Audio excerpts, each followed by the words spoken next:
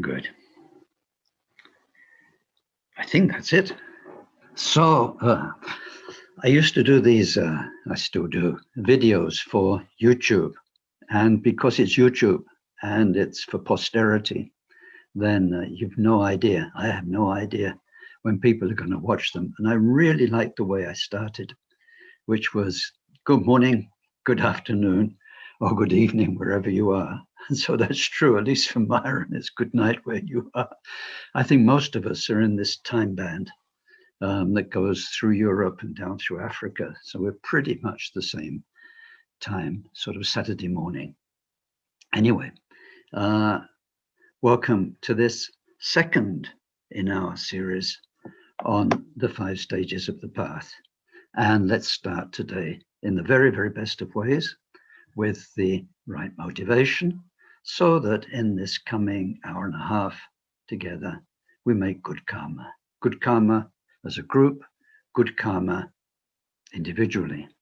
And sometimes it's rare, but in a few seconds, you can make enough good karma to get you a whole human rebirth. That's what it says. When the mind behind the action is the most wonderful, powerful, pure, well-intentioned mind. And sometimes you might be doing 100,000 prostrations or years of work, and not only may it not really get you much return in the future, if you're doing it with pride or out of competition, it's actually doing you no good. So motivation is so important, so important. So let's make a lovely one. Let's make, first of all, so if you remember from the previous talks, and I won't spend much time on it today because there's a lot to do, but first we need a big mind, which means an inclusive mind. You include in particular those humans and other beings, whatever they are, I suppose for us mainly animals, but for some people, disembodied beings that they're familiar with, never mind. But whoever has been powerful for you in this life, they are your karma, they are part of your psychology, you carry them. And in particular, our parents, our siblings, our children, our enemies, those who've hurt us. Anyone who's figured strongly, we must include, but then we expand outwards to include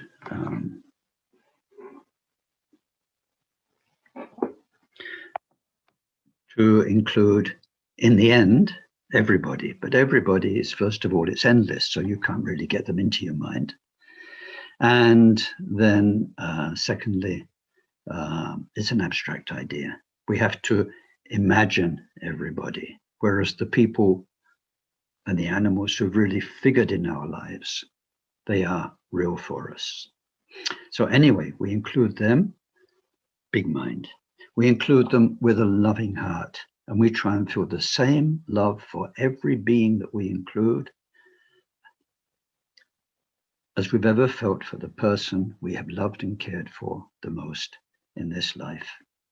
So we know how to love, and we try and make the very best love for everyone and feel we are here learning for all of us, for ourselves and for all those we're including. And then a happy mind, number 3, a happy mind, because whoever we're including and whatever your life is and whatever's happening, it is very, very impermanent. Except you. You're forever. Dharma is forever. And so we have Dharma. It's wonderful. It's absolutely wonderful. It's your best friend for every life. And here we are, carrying it a little bit deeper, making it more meaningful. So with that good motivation, let's enter into our teachings. Sonje chodan soje chonomla jancho badun dane chapsunje. Dage jinso jipe sanamje. Rola penchara sonje ruparashu. Samchen tamche dewa dang dewe jodang dem parajoche. Dongal dang dongal je jodang tral parajoche. Dongal me pen dewa dang padang men tral parajoche. Yeren chadan ne tan tralwe tan yom chempola ne parajoche. Palden sawelama rimpoche. Dagiche wara pende denshula. Kadrin chempo kone che zongte kusonto jinga drop. Sandu sol.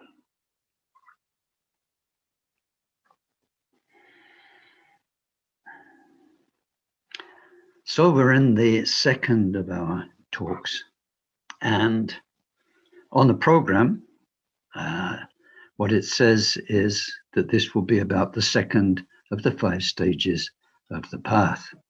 And well, don't sue me, but we might get there by the end of the talk. But I need to carry on with the first stage of the path. Why? Because it is very, very important. It's close to us. It's something we can do. It's something we are doing. Whereas the later stages of the path, stages 3, 4, 5, I doubt you're there yet. I'm not there yet. If you are able to emanate into 100 different lives just now and help people, if in one moment of meditation you can experience 100 pure lands very clearly, then I'm sorry for saying that about you. But otherwise, stages 3, 4, and 5, we can learn about with words. And the problem is the words, what do they mean for us? We can only bring our own history of experience to them. And stages 3, 4, and 5 are about an experience that most of us haven't had. We'll be lucky if we have it in this lifetime. I hope we all do. But it's more theoretical. It's very hopeful. It's beautiful. We need to know. That's why we have these teachings. It's why Gampopa gave them to us. They're very useful. But the first stage is where we are at now. And we do need to understand it as best as possible. Now, when I first studied this in 1977 with Khenpo Soltim Jamtso, the way he said is best to study, and is absolutely true, is at least to go through it 3 times. The first time you acquire the information, and this is the trap, many Rinpoches I've worked with tell us, this is the trap. They say, you people in the West, you're so bright. And of course, it means you understand the concepts of the teachings very quickly. It makes sense. We're very good at making sense. Analysis, receiving information, organizing information, and feeling, therefore, I got it. That's the trap. So in a second stage, now normally in the Tibetan Shedras where one studies, the first stage is a transmission. So you get that from the Khenpo or the Rinpoche. You get the first intake of knowledge that you didn't have before. The second stage is at length with a tutor, which is usually a senior student in the Shedra, whereby you have to bring the ideas to life inside yourself. Give them substance, think about them. I call it deep thinking. And then in the light of that, you'll have questions, things will come up. And then in the third stage, you go back to your tutor, to your Khenpo, to your Rinpoche. And they are the bright minds, the really clear minds that need to answer your questions from a very enlightened place. Not your tutor, because they've got the ideas straight. They help you get the ideas straight. They can help you as much as they can help you. But you need clarity of inspiration. So we're going to go back a little bit over some things from last week, just to refresh our memory. We don't have time for at-length tutorials, but we need to. So last week, we saw that this first phase is called accumulation. we are doing two things, actually, accumulating all the goodness we will need, and we are purifying, removing all the stuff in us that needs to go. Remember, we're looking at these 5 stages of the path, but it's about your story. It's not about some path out there. It's about you. It's about me. And Buddha told us that we are that. We are a story. Remember from the Voidness Dummies course, if you did that with me, Buddha never taught that you don't exist in the English sense of don't exist. On the contrary, Buddha taught that you will carry on existing and existing and existing until you stop it. And in those existences, you will suffer. Buddha's teaching, the 3 marks of the Buddha's teaching, impermanence, no self, and suffering. We will carry on through interdependence, through karma, being reborn and reborn and reborn. We are a story. So this 5 stages of the path is about your story. Your story while you're still in this world in stages 1 and 2. And then your story as a bodhisattva, but still somebody evolving amazingly. And then in the end, as a Buddha, stage 5, when there is the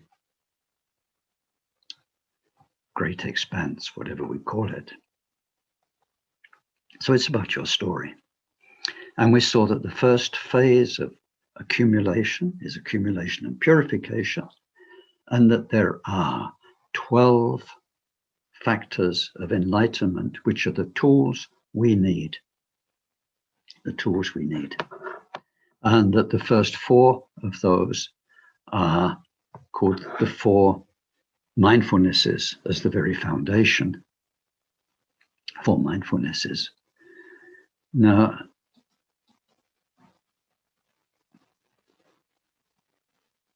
last week we saw what they are, and mindfulness of body, feelings, mindfulness of mind, and mindfulness of Dharma. And I spent more time last week making clear what mindfulness is in Buddhism. It is keeping in mind, your mind is full of the Buddha's advice, guidance, teachings, as through awareness you are present in the moment. So now we saw that the main thing about mindfulness of body is that, excuse me, I'm just checking settings. So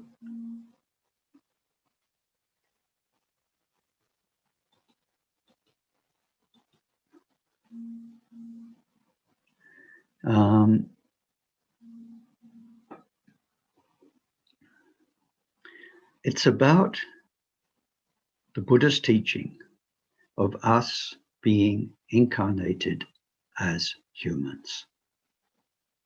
Mindfulness of body is being more and more clear about what it is to have been born into this body, to see through these eyes, to hear through these ears, and so on. And then to be through karma in a male body, a female body, to be in the country you're in, which is the body of the environment around you. It's all about physicality, physical interactions with other bodies, with nature, with the world of animals, and everything which is embodied in the unique reality which is your world and my world. So mindfulness of body is that, and this becomes important today as we go through to what are called the 4 feet or the 4 legs of miracles. And so in there, we'll see that, we will understand that we learn to see with our mind and not with our eyes. We hear with our mind and not with our ears, and so on, through the power of meditation. So now, after mindfulness of body, which is the easiest mindfulness, because we're dealing with something tangible that we can observe and meditate on and become familiar with. We have mindfulness of feelings, whereby we understand that once we're in this body, through our past karma habits and through this life habits, we are reactive. Some things feel good, we're drawn to them. Attraction, desire, clinging. Some things feel unpleasant, we're repulsed by them. We can get angry and upset, we flee, and so on. So the 5 poisons lead us into actions. But all of that starts with feelings. And of the 12 links of interdependence, feelings is number 7. And it's in the 12 links going from 1, 2, 3, 4, 5, 6. Number 7 is the first one where we have some power to act and change things. So feelings are vital in the process of changing our karma, and we become mindful of them. And the Buddha's teachings on the 12 links of interdependence and where feelings and what feelings provoking in us in terms of getting involved with stuff, and then getting stickily involved, and then after that getting actively involved where we do things, and so on. Feelings, the mindfulness of feelings, bearing in mind the Buddha's teachings about feelings, is a big insight into who we are. Here we are toddling around the earth in a human body, and we are reactive. Oh, that's nice. Don't like that one. And this has made the story of our life. We've been drawn to some things which were attractive to us. And that's made us do things. It's made us study something, take up a career. It's made us get involved with somebody, get married, settle down. It's made us move to this place and move away from that place. There you are, a reactive person in a human body. We get some perspective on that and the dangers of it and the blessings of it, because it's also a precious human existence. We're attracted to Dharma because of our good past karma. We are repulsed by violence and harm to other humans, to the animal world. So feelings. And then we become mindful of mind. Now, mind moves even more quickly than feelings. And so we become first aware of our thinking processes, and then more subtle thinking processes, the plot behind the plot. It can be quite uncomfortable. It's like taking a stone off and seeing all the insects. You're maybe not so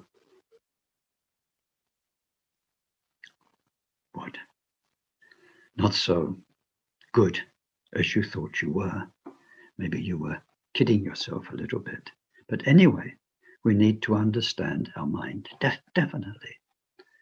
And so we understand the thinking, we understand the mind patterns, the inclinations, the immediate reactive thoughts. It's very complicated. So there, mindfulness means holding in mind the Buddha's teachings on the 5 aggregates. They include feelings, but now we're seeing how feelings and being embodied trigger our cognitive processes, whereby we recognize things, we label things, we tell the story of ourselves to ourselves. We tell the story of the other people in our lives to ourselves. The cognitive processes, the storytelling, and the way that we are manipulated by consciousness. So the 5 aggregates as we become aware of our thinking.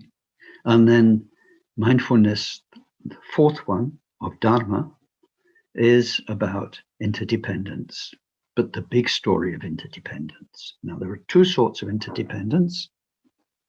One, let's say in modern terms, one is spatial, one is temporal.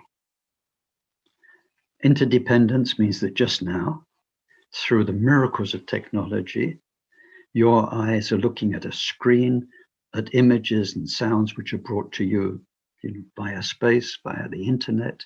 There are so many things in the moment that depend on each other to make this moment in our human body that sees and hears and so on and feels happen. So that is a kind of spatial interdependence right now. Right now, as you watch me and listen to these sounds, depends on so many things. Take away one thing, your internet connection drops, and all of a sudden it's not happening anymore. Temporal interdependence is, why is this moment of spatial interdependence happening?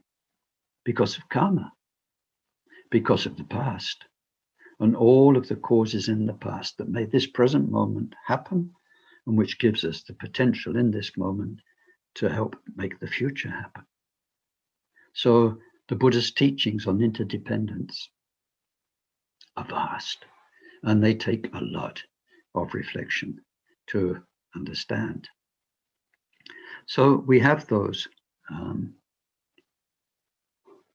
4 aspects of mindfulness, which are known as the foundation of the path.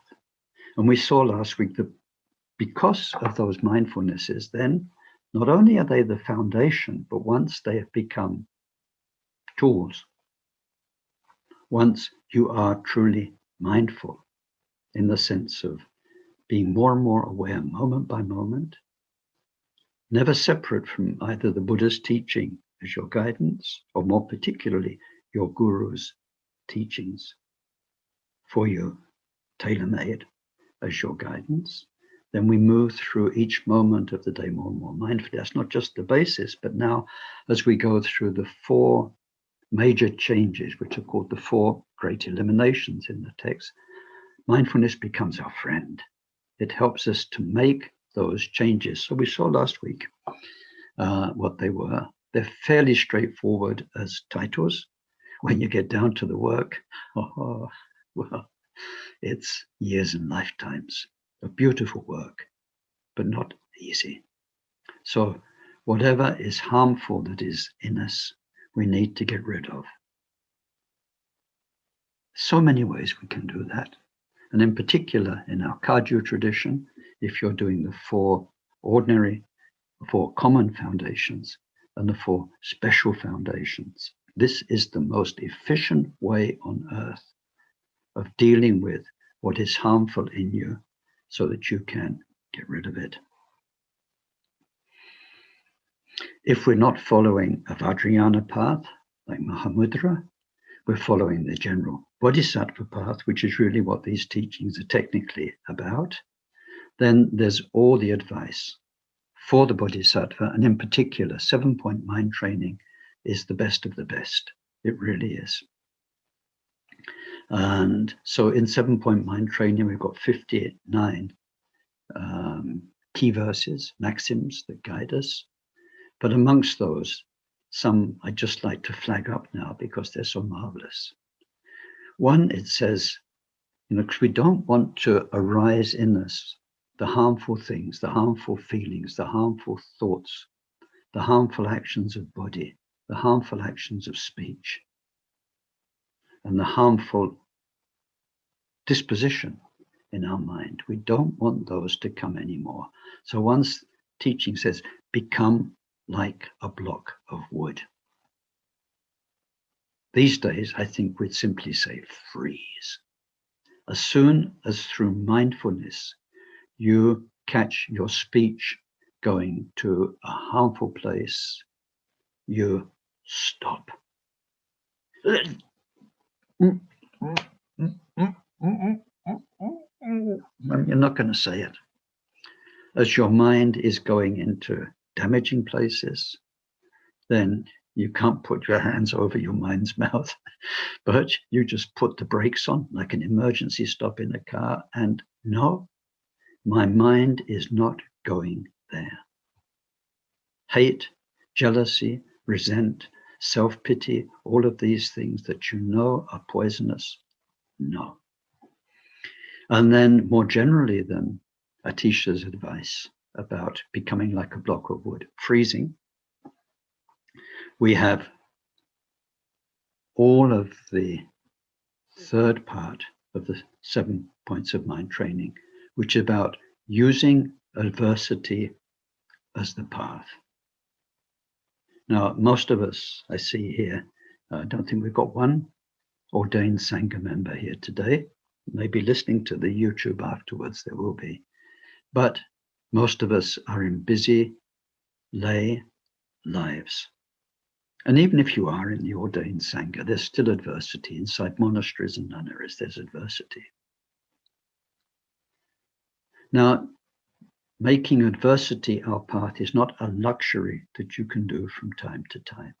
It's the heart of the practice. When life goes well, we enjoy it. It doesn't really, it's not a problem. But a lot of life is challenging. This is wonderful. You know, when it says, make your enemy, be grateful to your enemy because they're your best friend. If you are going to enlightenment through these 5 stages of the path, then adversity is what will change your mind most rapidly if you know how to handle it skillfully. I can't tell you that in a few words, but the Bodhisattva teachings and the 7-point of mind training is a very thorough apprenticeship in that. So we don't let the harm that we've carried until now manifest anymore. We learn how to do that. And then we don't let new harms come in. Last week I covered that, like pride and so on. And then whatever good qualities we have, we don't rest on our laurels. We nurture them. And who of us can say, certainly not me, oh, I've done love. Nobody could love every sentient being more than I do. My love is unconditional. My love is limitless. My love is the same as the Buddha's love, has come up as love for everybody. I can't say that.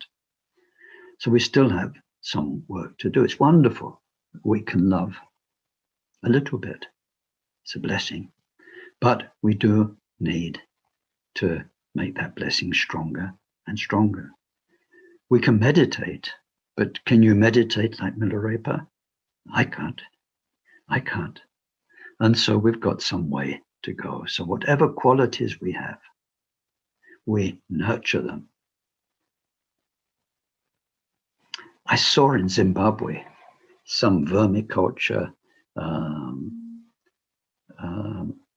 projects, and the vegetables that grew were just amazing.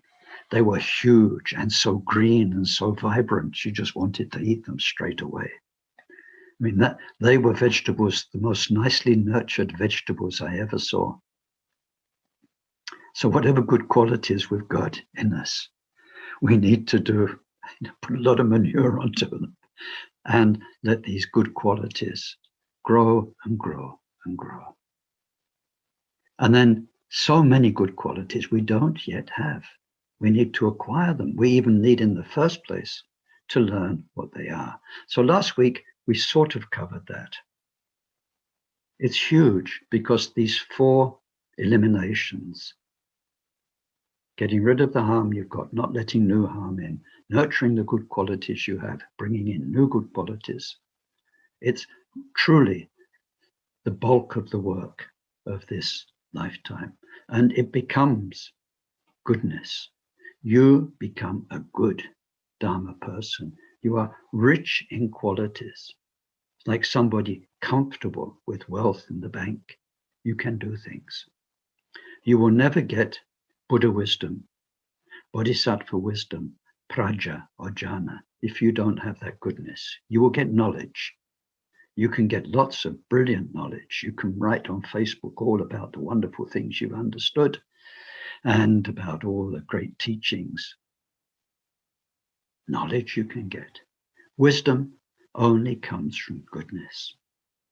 It's very important to understand. So these 4 eliminations, the 4 great changes, are really what we can do. They're doable. You and I can do them. This is real Dharma. It is about a kind mind, kind speech, being kind physically in the world you're in, and generous and caring. We can do this more and more. And then inside, learning Dharma, practicing Dharma. So these four great changes with mindfulness now, not just as a basis, why we're doing them, but mindfulness as a wonderful friend, a companion to help us do them. Now today we go on to the last four of this stage of accumulation. We've had the four mindfulnesses, the four great changes, and now we have the 4 feet of miracles. And it's a funny title. You know, where are you going now? You are a truly good human being. Your mindfulness up to your whiskers. You're mindful. You are in life every day, using life's adversity and everything as the path. You're a glowing Buddhist. So now you need 4 legs of miracles. Sounds strange, doesn't it? It really does. So first of all, what do we mean by miracles? Do Buddhists believe in miracles? Well, it's all relative. It's what ordinary people would call miracles. It's what clear-minded people will call normality that we haven't quite yet achieved. And my dear late friend, Dr. Pezet, wonderful guy, he headed homeopathy in France for many years, the Hahnemann Foundation. He wrote a book, and we talked quite a bit about this. He said, you know, you might call it Buddha, no matter what we call it. What we're aiming for is just to be normal. And at the moment, we're all subnormal. We should naturally be kind. We should naturally have a still mind. Why should things perturb our mind and make us go bonkers? What we call Buddha is natural. And we're all a bit subhuman, or very subhuman, or subnormal. This is a very, very helpful idea. Let me see some messages. Where can we ask questions? Well, at the end, there'll be 20 minutes to ask questions.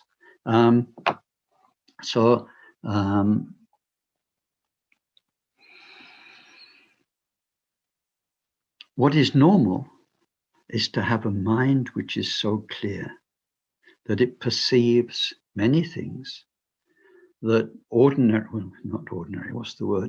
regular, everyday humans aren't aware of. What Buddha is aware of is much more than what I'm aware of, what most of us are aware of. Now, this is a case of knowing with the mind, not the intellect, the mind. One Buddhist teacher told me, he said, we say the mind is in the heart, not in the head. And he said, you might think that's strange, but let's just say you were children in a class and somebody had done something naughty and the teacher says, who was it? And you want to confess. Would you say it was me? Or would you say it was me? I think we'd all point to somewhere here in the center of ourselves. And if we said it was me, that would look very, very strange. So we need to know with our mind, with our heart. And when an awakened mind, through meditation, which is what this third part of the phase of accumulation is about, meditation, shamatha, very skillful, let's say professional shamatha practice. When our mind is quiet and aware, then we see things that these human eyes, remember the first mindfulness about being embodied, it means normally we see only through these eyes. When our mind is quiet and stable, we can see things that the eyes don't see, far away, in other countries, maybe even in other galaxies. We can hear things that these ears can't hear. So we have altogether what are called the 5 or sometimes the 6 superpowers, supercognitions, here called miracles. First one is called the divine eye, whereby we do see things, can see things which normally you'd need a microscope to see. We can see things.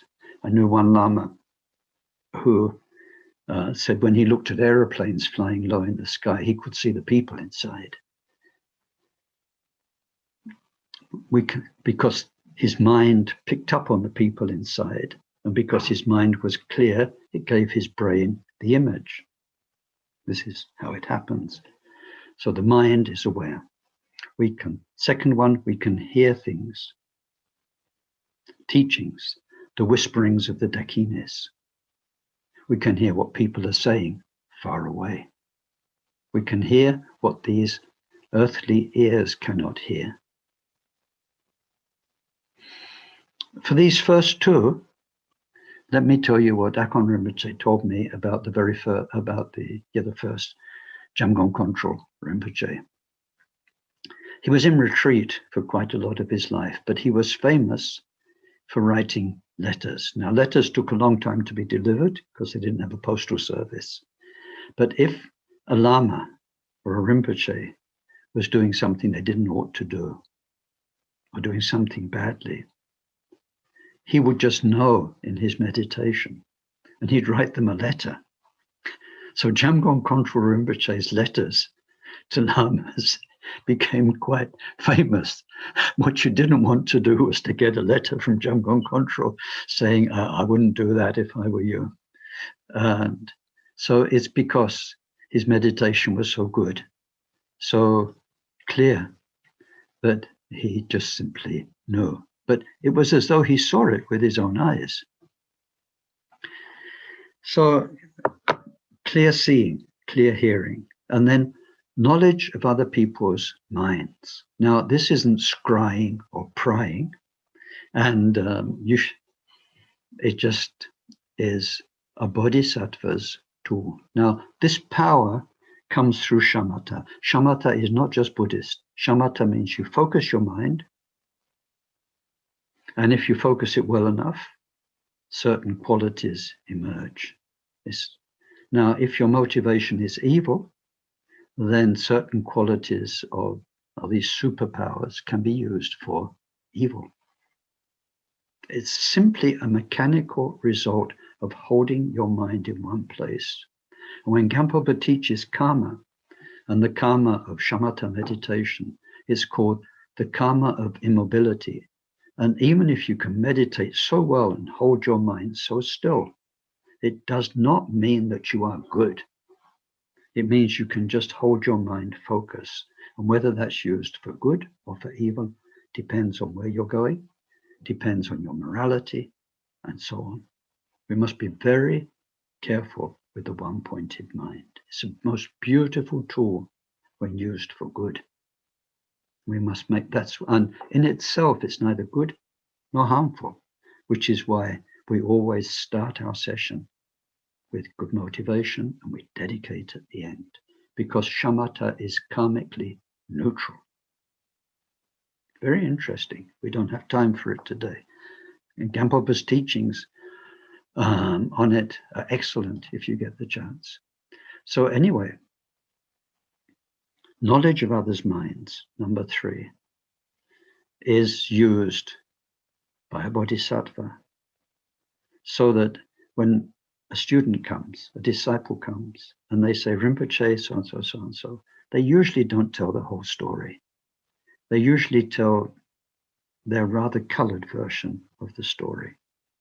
And to help them on their Dharma path, the mind needs to know, the Lama's mind needs to know what's really going on. Now, more than that, a sensitive mind through shamatha will start to know the karma of the person you're helping, to feel into the karma they carry, and in particular, how that affects their potential. For instance, I've known in my life people who really wanted to go into a 3-year retreat, One of them, such a lovely friend, who was advised by her teacher not to go into a 3-year retreat, but in the end got herself into a 3-year retreat. And the teacher saw that through past lives, long-term retreat had gone wrong for her. That's why he advised against it. And she went in, young, beautiful person, already speaking Tibetan, interpreting, spent some years in the East, very good friend of mine. Came out of retreat, bonkers, spent the rest of her life wandering the streets, a pathetic figure. I can't tell you how sad that was for me. That person had such potential, but didn't listen to her teacher's advice, because the teacher sensed the karmic obstacle that she carried. So this knowledge of others' minds is so helpful. And sometimes I've seen with Akon Rinpoche, he will bring out qualities that you'd never expect in a person, because he was aware that they had this potential. I remember one person who was given very delicate work to do, and who you would have thought of as a clumsy, mindless person, but who through doing the delicate work changed and made lots and lots of good karma. So knowledge of others' minds is profound. And Akon Rinpoche was a marvelous example because he had this rock-solid serenity. And he always said, I'm not a visionary. I don't have visions of the future. But when people came into his presence, he was just aware of them, like a mirror, who they were and what their current situation, problem, and so on was just clear to him. And he could advise because he knew what was really going on. So knowledge of others' minds, number 3. And then knowledge of miraculous abilities means a sensitivity to the elements of which all life is composed. You know, it's a very deep topic, the 5 elements, the 5 dhyana Buddhas, the relationship, enlightened, unenlightened, with the elements that make our health in the body, the elements of the environment. Through Shamatha, we get a sensitivity to this, which enables a mastery of the elements and to produce, like Milarepa produced, what for other people seem like miracles. So, and then there's another one, which is knowledge of exhaustion. It's good. It doesn't mean you know you're tired, because we all know we're tired. But we truly know when certain karmas are coming to an end and when they're finished, when they have been exhausted. So anyway, there are many qualities. There are many qualities that come through shamatha practice. So what are the, now it's called the feet or the legs of those qualities, the basis for those qualities. Or like legs that take us along a path to get you there. And we need to refine our shamatha practice.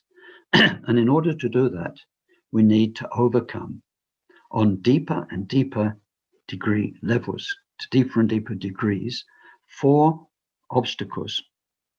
So these are the next 4 things of our 12. 4 mindfulnesses, 4 eliminations, now 4 factors of enlightenment, 4 qualities that are specific to meditation. The first one is, and they've got kind of fancy double negative titles. Let's make it simple. We need to get the motivation as it should be. Now, actually, the title says we are getting rid of the obstacles to a proper motivation.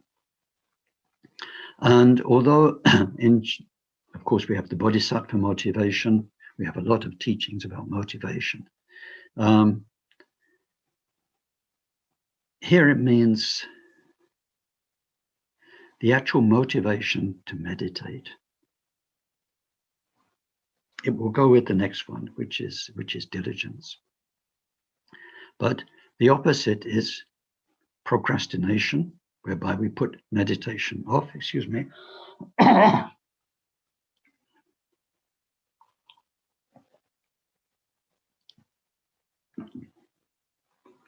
And, well, what's the real problem here? Well, it's always the same. It's what goes under this generic title, ego. You see, shamatha is the death knell for ego. The serenity of shamatha means you're not going to be pulled away from a beautiful center into all the gains, all the needs, all the battles, all the endless thinking of ego. Ego doesn't like it.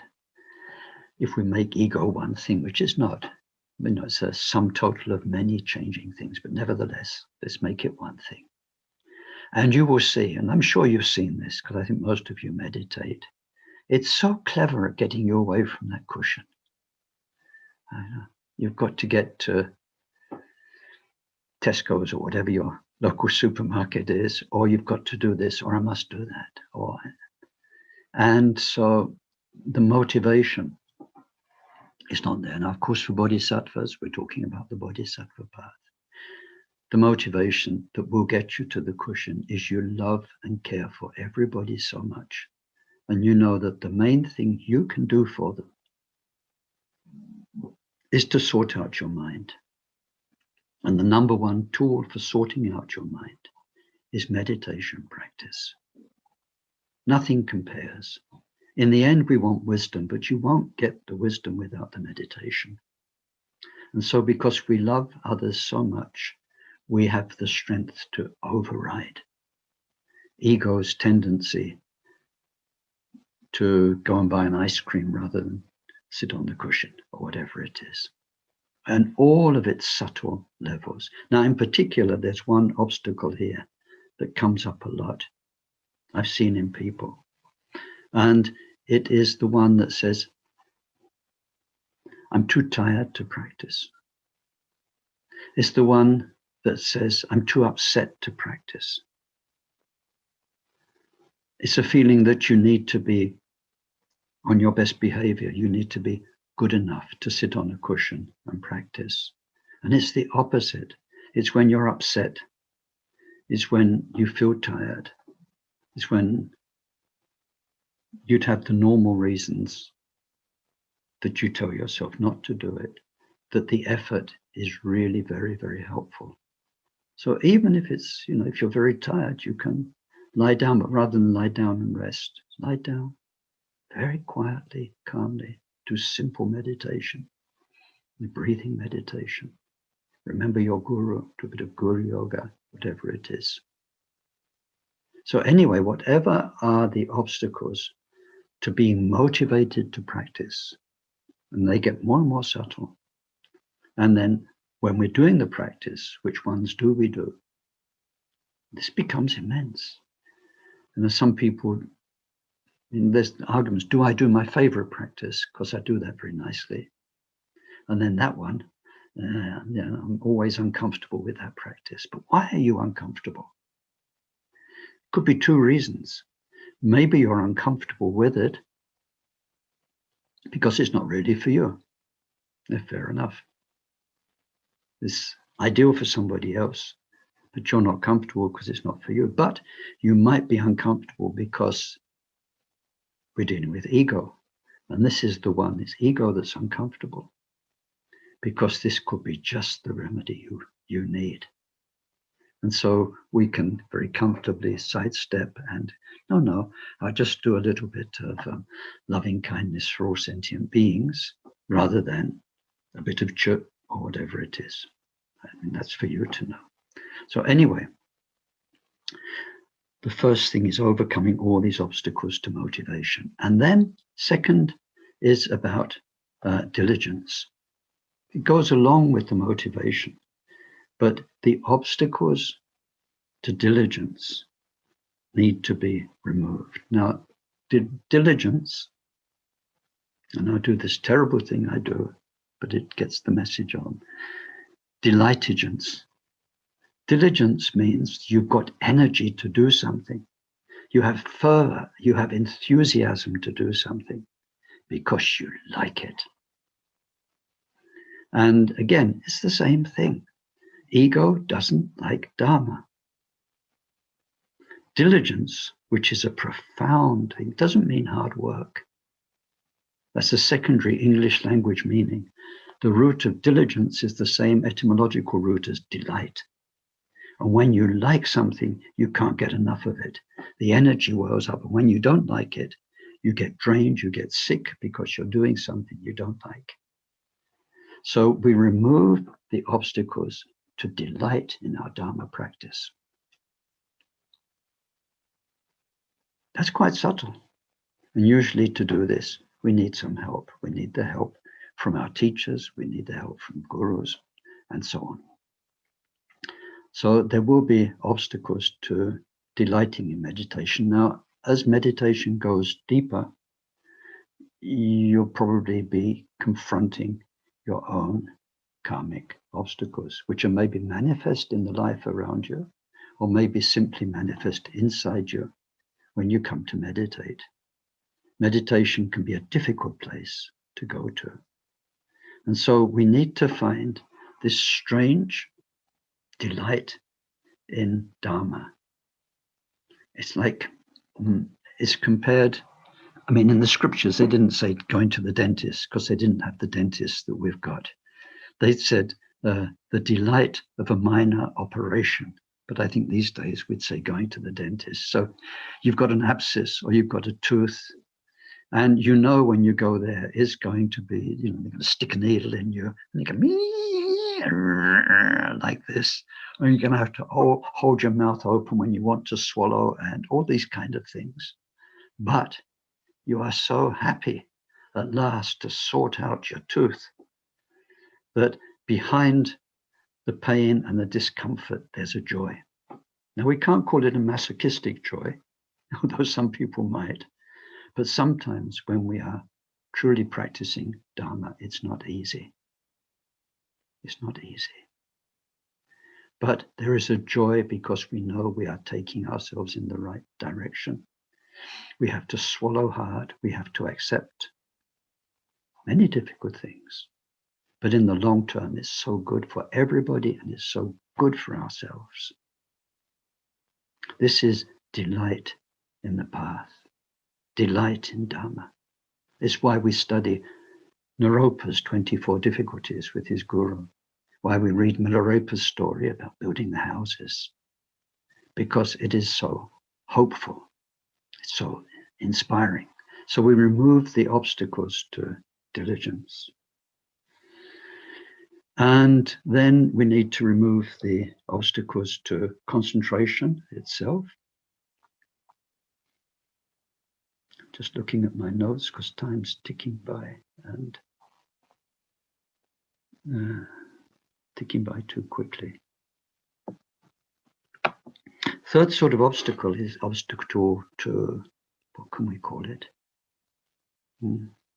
Cognition. So as we learn Shamatha, then if we had endless time in this talk, we'd look at the 9 stages of Shamatha. You've probably seen the Taming the Elephant pictures. They're very, very nice. And where we start with simple concentration and we end up riding the elephant and so on. We'd understand the journey of Shamatha in its 9 main stages. So cognition, how we focus, what we're doing with what we're focused on. You start by focusing on something, an object, mental object, real object, internal, external object, sacred object, non-sacred object. We study all of that when we learn about Shamatha. But then through that, stability and peace emerges. So then the peace itself becomes the main concern of your Shamatha practice. And then how within that peace, and we have this in the Mahamudra instructions, how you develop it, how you start to awaken wisdom within the peace. So we have obstacles to this cognition because Shamatha can become so lovely, so lovely. And if you read in the Theravada texts about what they call the four jhanas, JH, or what we call in Sanskrit the four dhyanas, the four major levels of absorption, and there's 17 sub-levels and all of that. There's so much to learn. Then you see in there, in the first level, your body becomes blissful. It's so blissful you could jump with joy. And then your mind is overwhelmed with bliss.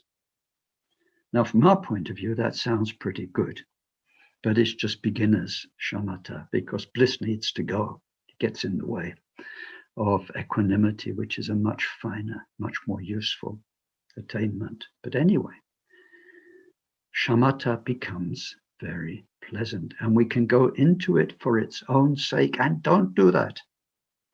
Don't do that.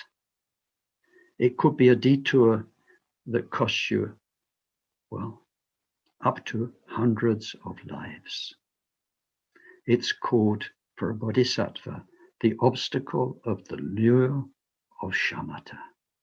So nice. And once you plonk yourself down and you're gone. So let me tell you, I didn't intend to do this, but I have to tell you. It's a story from Gampopa and Milarepa. Now, if you were listening to Karmapa recently telling about Gampopa, you'll know that Gampopa, before he met Milarepa, was a super meditator. He could do easily 2 weeks, 4 weeks in absorption. Didn't need to get up to pee, to eat, to sleep or anything. He would sit down and you set kind of a mental alarm clock. Before you start, it's very important. Otherwise you might not come out.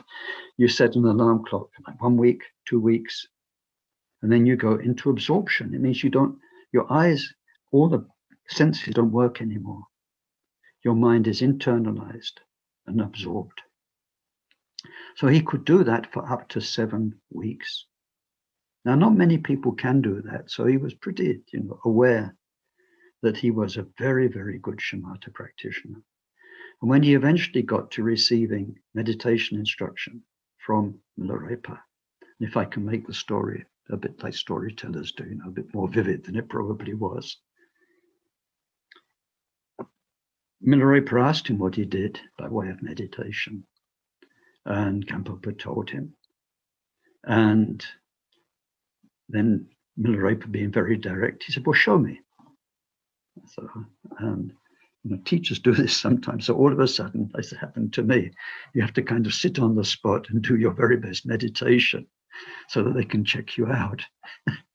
So Gampopa, who was very good at it, he didn't need to say, give me 5 minutes or give me 10 minutes. He could sit down and then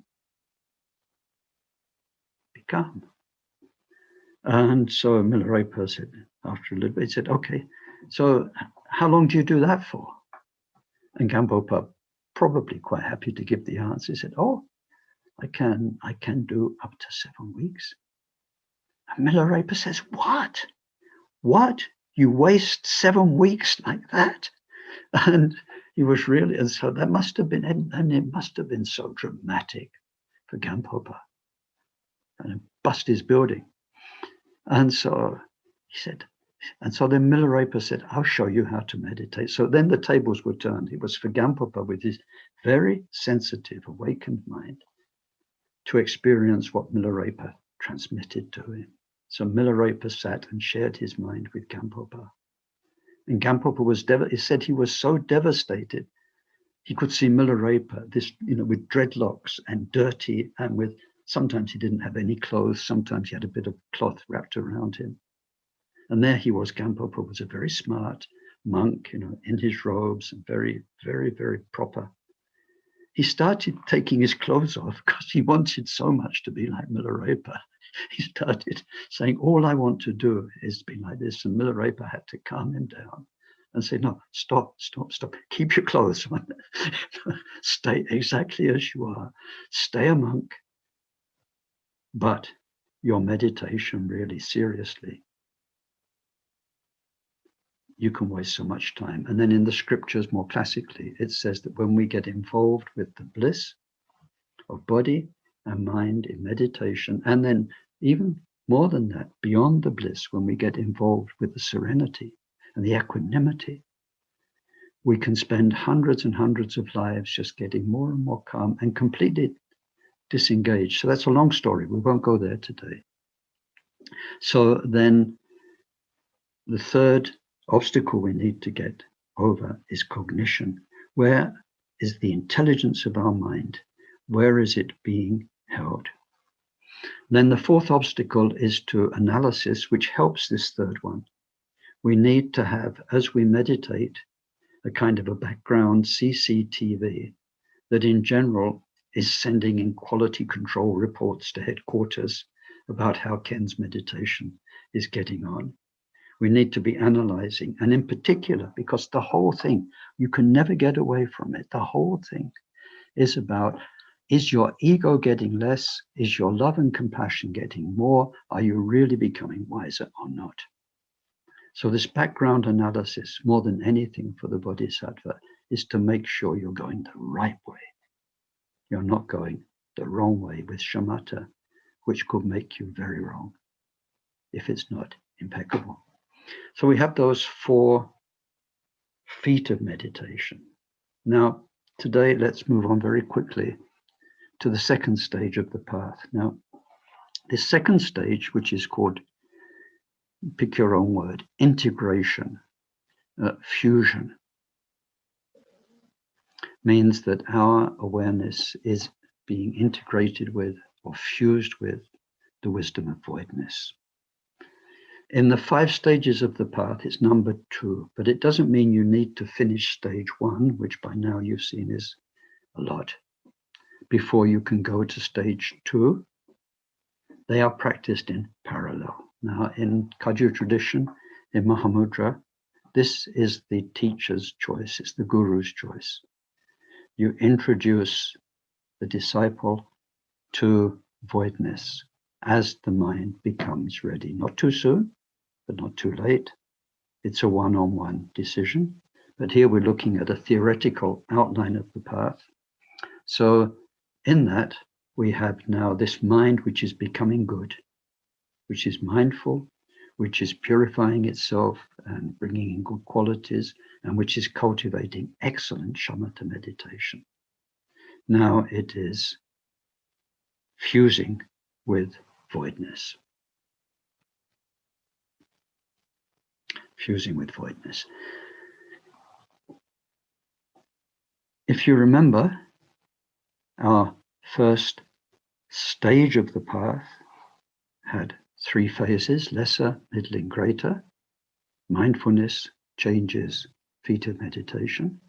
Now this stage of fusion or integration will have 4 sub-stages. For the first one, it's easy. Lesser, middling, greater. You can't forget that. Easy. For the second stage of the path, they've got names. So 4 subsections. The first one is called, actually literally it's called heat, but it's nothing to do with tumo or inner heat or that kind of thing. It means warming. You are warming to voidness. The explanation is, and for those of you in the northern hemisphere, it's quite appropriate. It's a cold day and there's a big bonfire, big fire. So there'll come a point as you approach it where you start to feel the warmth. Your body feels different. You're no longer cold. It's getting to you. The warmth is very, very welcome. So the first phase, warming or heat, means that the real meaning of voidness is starting to sink in. The real meaning of voidness. Well, I'm not going there this morning. We did a few very simple overviews with voidness for dummies. Basically, it means not nothingness, not nihilism. It doesn't mean anything like that. It means that everything is changing and interdependent. Everything is changing and interdependent. And interdependent means karma generated. because everything is changing and because everything is interdependent, nothing exists all by itself, lastingly. That's the meaning of voidness in a nutshell.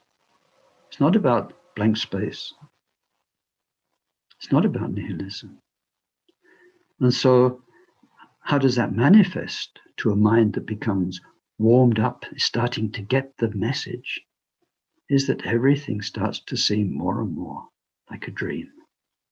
The Buddha's examples, like a dream, like a mirage, which seems so much like it's there in the desert, on the road.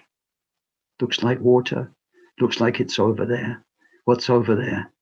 Nah, it's in your own mind, but it seems so vivid, like a dream.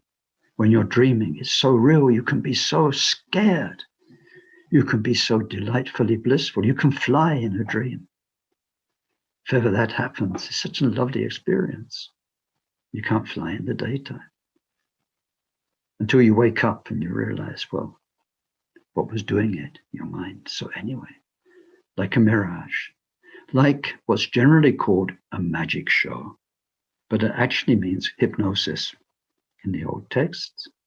So when somebody's hypnotized, they are led to believe what is not true, and they're completely in it. I know many of you know the analogy, but some of you don't, and this is a useful time to.